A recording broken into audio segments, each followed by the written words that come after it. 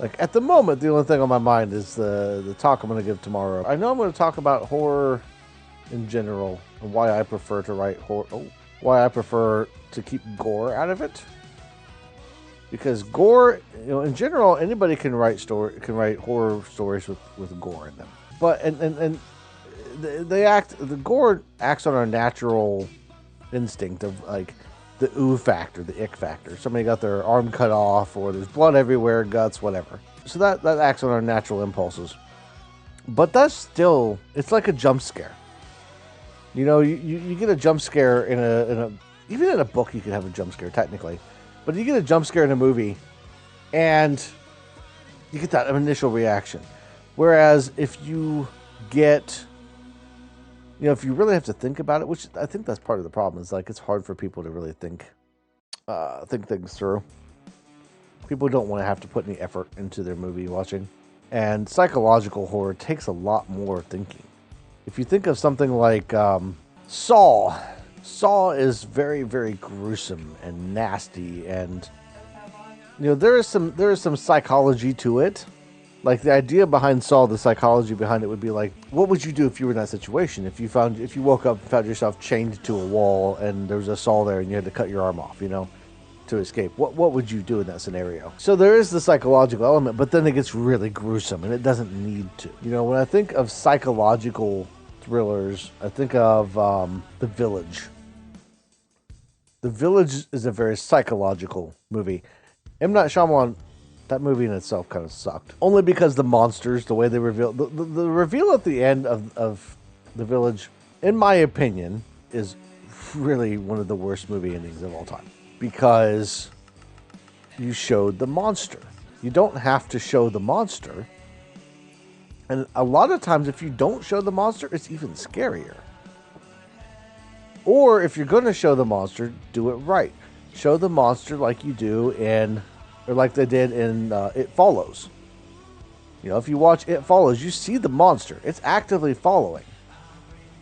But the scary part about it is that it doesn't stop following.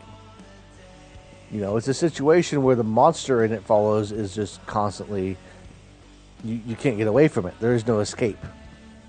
No matter what you do, there is no escape. Which is what makes it terrifying. And yeah, there's some gore, and you don't have to take all of the gore out. But the gore shouldn't be the scary part of the movie. The scary part of the movie should be the psychological aspect. It should be the part that makes you wonder when you're laying there in bed at night. Is that shadow on the wall? Did I just see something move? That's what's scary. What? I think I heard a noise outside my window. What is it? That's scary. When you think about gore in general, anything could be. You could chop off an arm, and ooh, yeah, that's so scary. And for a lot of people, I think it's the idea of well, yeah, but if it happened to you, you'd freak out. And yeah, if it happened to you, you would freak out.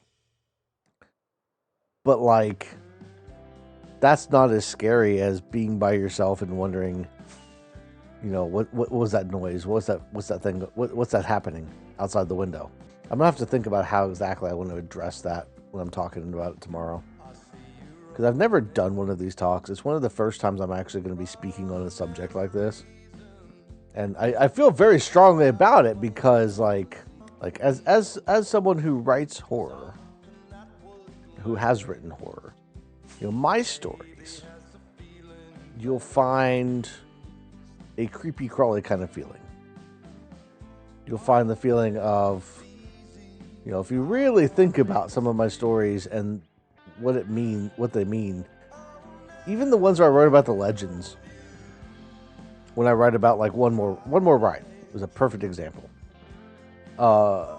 Taken from the Headless Horseman of Elmore, Ohio. I rewrote the legend basically in a new way. But the concept of you die in a horrible, tragic way, and you are now doomed to relive that over and over and over.